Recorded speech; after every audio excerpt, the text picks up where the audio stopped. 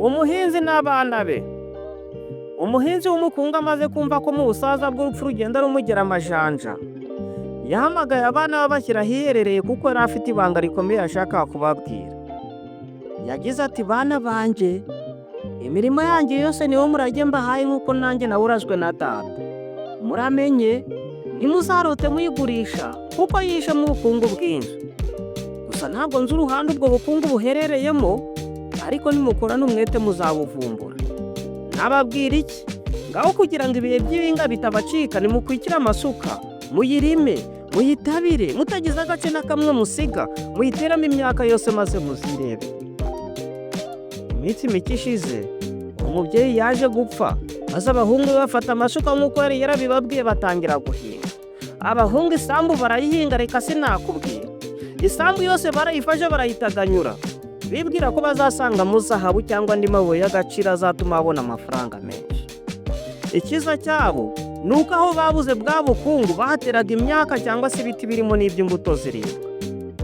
Bubahirije ijambo rya nyuma ry'umubyeyi wabo, maze isambu se yabasigiye bayihinga neza bashyizeho umwete. Maze nayo irabakundira si ukwera irasara.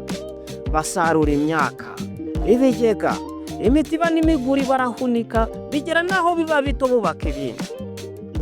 Imyaka yasagutse baragurishije, babona amafaranga menshi maze si ugukira bavayo. Ntibiyumvishaga ko ubukungu se yababwiraga bwari bushingiye mu gukora bashishikaye batinubira ko ari uguhinga kugira ngo babyaze isambu yawe umusaruro. Abenshi mu baturanyi babo barabatangariraga kuko batari basobanukiwe n'impamvu bakorera hamwe kandi bashishikaye batyo. Natwe duhagurukire gukorana umwete ibyo dushinzwe, dukunda umurimo, dukoresha amaboko ndetse n'ubwenge bwacu kugira ngo dushobore kwiteza imbere. Umurimo unoze niwo soko y'ubukungu, kandi iyo ukozwe neza utera ibyishimo nyiri kuwukora. Tuzirikane ko nta murimo ugayitse, cyane cyane iyo utunze nyirawo. Mwakoze cyane kubana natwe muri iyi nkuru. Turabashishikariza gukora like, share na subscribe. Nanone komenti zanyu zirakenewe. Mwakoze cyane kubana natwe ku nkuru y'uyu munsi. Nimureke tuzasubira ubutaha.